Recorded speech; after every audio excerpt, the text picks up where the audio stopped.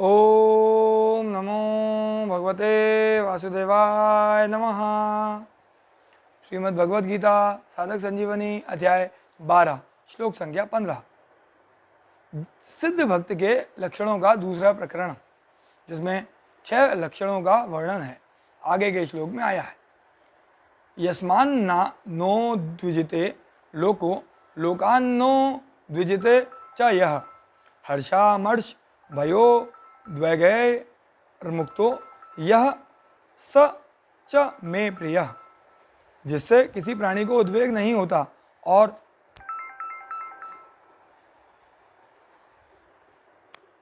और जिसको खुद भी किसी प्राणी से उद्वेग नहीं होता, तथा जो हर्ष अमर्ष या ईर्ष्या भय और उद्वेग से रहित है, वह मुझे प्रिय है।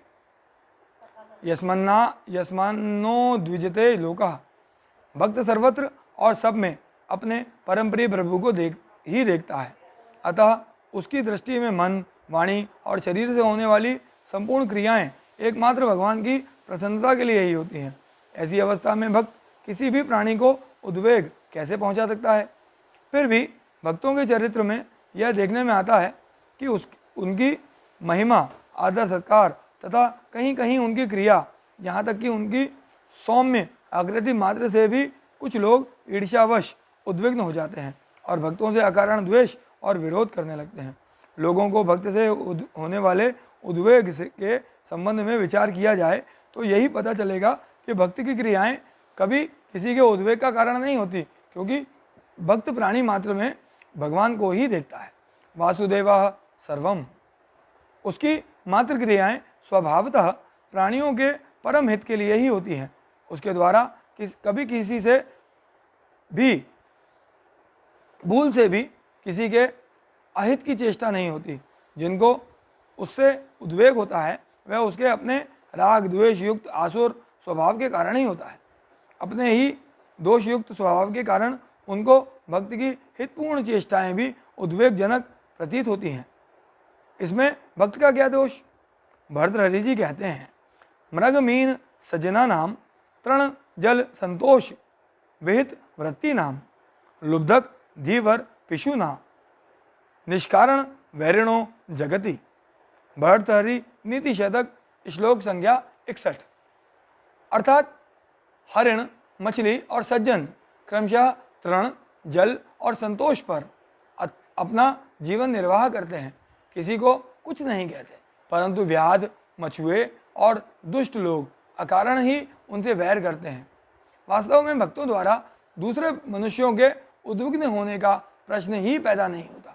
प्रत्युत भक्तों के चरित्र में ऐसे प्रसंग दिखने में आते हैं कि उनसे द्वेष रखने वाले लोग भी उनके चिंतन और संग दर्शन स्पर्श वार्तालाप के प्रभाव से अपना आसुर स्वभाव छोड़कर भक्त हो गए।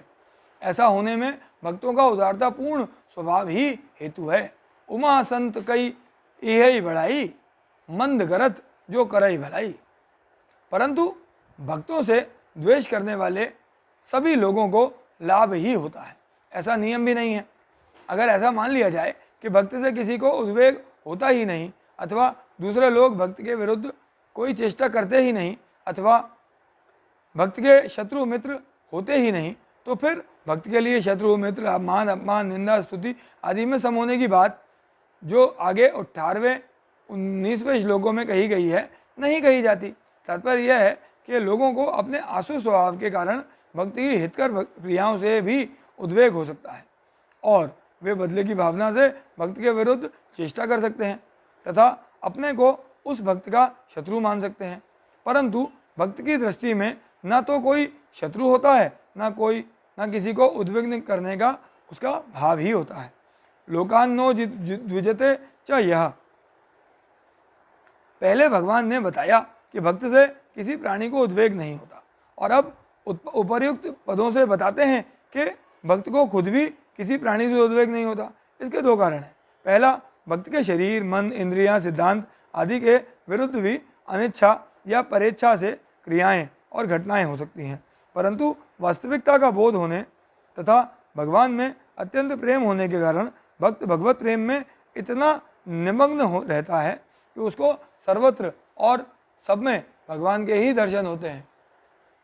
इसलिए प्राणी मात्र की क्रियाओं में, चाहे उनमें कुछ उसके प्रतिकूल ही क्यों ना हो, उसको भगवान की ही लीला दिखाई देती है। अतः उसको किसी भी क्रिया से कभी उद्वेग नहीं होता। दूसरा, मनुष्य को दूसरों से उद्वेग तभी होता है जब उसकी कामना, मान्यता, साधना, धारणा आदि का विरोध होता है। भक्त सर्वदा पूर्ण काम होता है, इसलिए दूसरों से उद्विग्न होने का कोई कारण ही नहीं रहता। शेष अगले भाग में। ओम नमो भगवते वासुदेवाय नमः।